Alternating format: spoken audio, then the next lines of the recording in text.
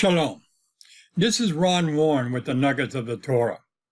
This week's teaching is the 9th Parsha of Leviticus, and it's the 32nd Parsha of the Torah. It's called Behar, which means on the mount. It is written in Leviticus chapter 25, verses 1 and 2, Adonai spoke to Moshe on Mount Sinai. He said, "Tell the people of Israel, and when you enter into the land that I am giving you, the land itself is to observe a Sabbath rest for Adonai." The text begins with a very interesting phrase. And Adonai spoke to Moses on Mount Sinai. This scripture is evidence that more was communicated to Moses on Mount Sinai than the words given in the book of Exodus. In last week's Parsha, and more, we saw the holiness of God's feast, and the main focus of this Parsha is on the year of Jubilee. Yet, the very first 7 verses gives instructions for the sabbatical Shabbat year, which is known as the Shemitah. After 6 years, this 7th year, known as the Shemitah, is the year of rest for the land. In Leviticus chapter 25, verses 3 to 7, it reads, "For 6 years sow the fields, and for 6 years prune your vineyards and gather your crops. But in the 7th year, the land is to have a Sabbath of rest, a Sabbath to the Lord. Do not sow your field, do not prune your vineyards, do not reap what has grown of itself, or harvest the grapes of your unattended vines. The land is to have a year of rest. And whatever the land yields during the Sabbath year will be food for you, for yourself, your manservant, your maidservant, your hired worker, and temporary resident that lives among you, as well as for your livestock and wild animals in your land. Whatever the land produces may be eaten." This concept shows the importance that God has for the Sabbath rest. Moses wants all who read this passage in Leviticus to know that while the information was not communicated to the people when instruction was given regarding the Shemitah, it was given on Sinai and carries the equal authority as the Sabbath in the 10 Commandments. Just as Adonai worked for 6 days when he created our universe, and then ceased to work on the 7th day, so the Israelites must ask the land to work for 6 years and then allow it to cease working on the 7th. This Sabbath rest is not for the Israelites. This Sabbath rest is for the benefit of the land itself. In Leviticus chapter 25, verses 8 to 10, it reads, "Count off 7 Sabbaths of years, 7 times 7 years, and you will have 7 Sabbaths of years, amounting to a period of 49 years. Then thou shalt blow the trumpet," or the shofar, "of the Jubilee, to sound on the 10th day of the 7th month, in the year on the day of atonement, that you shall make the trumpet or the shofar sound throughout the land. And you shall hallow the 50th year, and proclaim liberty throughout the land unto all the inhabitants thereof. It shall be a jubilee, a yovel unto you. And you shall return every man unto his possession, and you shall return every man unto his family."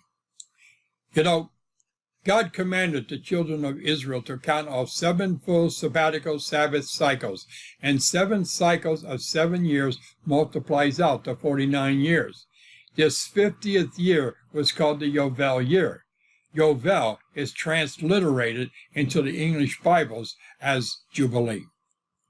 You know, commentators disagree with the interpretation of Yovel. Some say it means sent out or freedom of movement. There's support for this interpretation, since some of the main activity of this very unique year is the release and the freedom of slaves. This focal points of Jubilee in a divine demonstration of God's grace toward his people are restoration and mercy. This involves a parallel acts of restoration and mercy by his people. And in the Jubilee instructions, God made an ordinance that demonstrates his attributes of perfect and ideal justice, fairness, equality, mercy, and redemption. But this law of Jubilee is not to be treated as only an ideal for us to consider and feel all warm and fuzzy about. The declaration of Jubilee process is recorded in Scripture, and the sabbatical Jubilee year is to be declared 10 days after it began on Rosh Hashanah. It is done with the sounding of the shofar on Yom Kippur, the Day of Atonement. Now this forces a question. Why would the Jubilee year be proclaimed on the Day of Atonement? You know, more than any other festival in the biblical calendar, Yom Kippur, the Day of Atonement, teaches about the Messiah's atoning sacrifice and the forgiveness of sins. And what a great day to declare the forgiveness of debt and freedom from bondage. This law is to be physically observed. It is to show something clearly lived out and carried out by his people for the benefit of his people. The law of Jubilee is one of the best examples of the foundation that undergirds each of God's 613 instructions. You shall love the Lord your God with all of your heart, mind, and soul, and strength, and you shall love your neighbor as yourself. You know, another characteristic of the sabbatical Shemitah and the Jubilee year is the freedom of a piece of real estate called the land of Israel. This land, according to Scripture, was given a sabbatical rest from working every 7 years and the Jubilee year. Now this forces some questions. Why?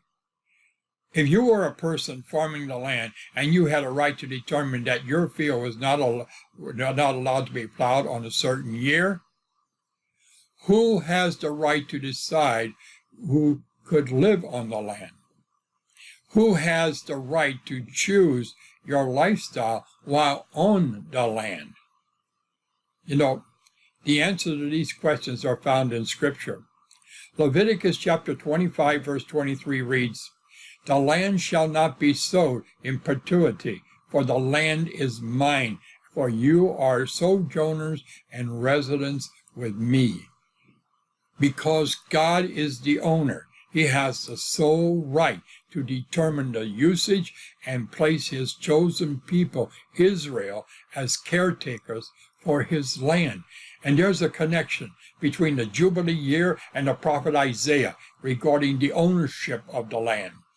Isaiah chapters 7 to 12 are sometimes known as the book of Emmanuel. Why? Because its main subject is a person called Emmanuel. Consider this. Chapter 7 predicts Emmanuel's coming. Chapter 9 predicts Emmanuel's birth. Chapter 10 predicts Emmanuel's judgments. Chapter 11 predicts Emmanuel's kingdom. And chapter 12 gives praise to Emmanuel.